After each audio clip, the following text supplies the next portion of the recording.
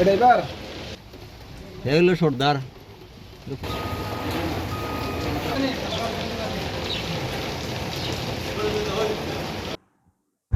এই কারণে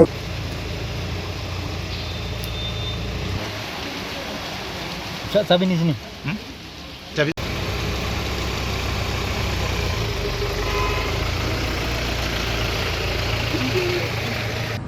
গতকাল রাত্রিবেলা 97 ব্যাটালিয়ন বিএসএফ রানীবাড়ির জওয়ানরা পেট্রোলিংয়ের সময় বর্ডারিং এরিয়াতে পেট্রোলিংয়ের সময় সাসপেক্টেড 3 জন বাংলাদেশিকে তারা ডিটেন করেছে এবং সঙ্গে ভারতের একজন লোককেও সহযোগী হিসেবে ডিটেন করেছে এবং গভীর রাত্রে থানাতে হ্যান্ডওভার করে জিজ্ঞাসাবাদ করার পর কদমতলা থানাতে একটা ইমিগ্রেশন অ্যান্ড ফরেনার্স অ্যাক্ট 2025 এর একটা মামলা নেওয়া হয়েছে যার নাম্বার 29/26।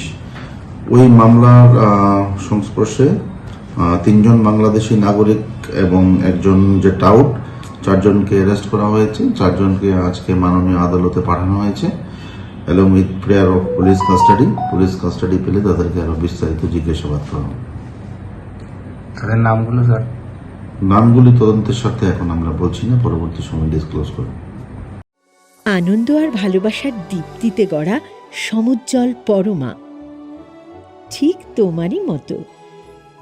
শ্যাম সুন্দর কোম্পানি জুয়েলার্স, আগরতলা, উদয়পুর, ধর্মনগর, কলকাতা।